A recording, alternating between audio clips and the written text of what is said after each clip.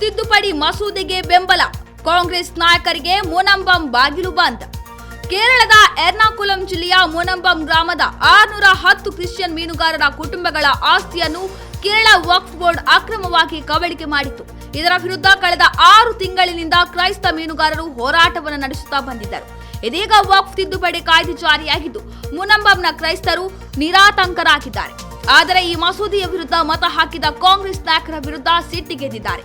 ನಮ್ಮ ಸತತ ಮನವಿಯ ಹೊರತಾಗಿಯೂ 30% ವೋಟ್ ಬ್ಯಾಂಕಿಗಾಗಿ ಕೇರಳದ ಕಾಂಗ್ರೆಸ್ ಸಂಸದರು ಮಸೂದೆಯ ವಿರುದ್ಧ ಮತ ಹಾಕಿದ್ದಾರೆ. ಹೀಗಾಗಿ ಯಾವೊಬ್ಬ ಕಾಂಗ್ರೆಸ್ ನಾಯಕರಿಗೂ ಪ್ರತಿಭಟನಾ ಸ್ಥಳಕ್ಕೆ ಅವಕಾಶವಿಲ್ಲ ಎಂದು ಮುನಂಬಂನ ಕ್ರೈಸ್ತ ಮೀನುಗಾರರು ಆಕ್ರೋಶ ವ್ಯಕ್ತಪಡಿಸಿದ್ದಾರೆ. ಕೇರಳ ಬಿಜೆಪಿ ರಾಜ್ಯಾಧ್ಯಕ್ಷರಾದ ರಾಜೀವ್ ಚಂದ್ರಶೇಖರ್ ಅವರು ಕೇರಳದ ಎಲ್ಲರೂ ಮುನಂಬಂನ ಸಂತ್ರಸ್ತರ ಜೊತೆ ನಿಲ್ಲುವಂತೆ ಕರೆ ನೀಡಿದ್ದಾರೆ.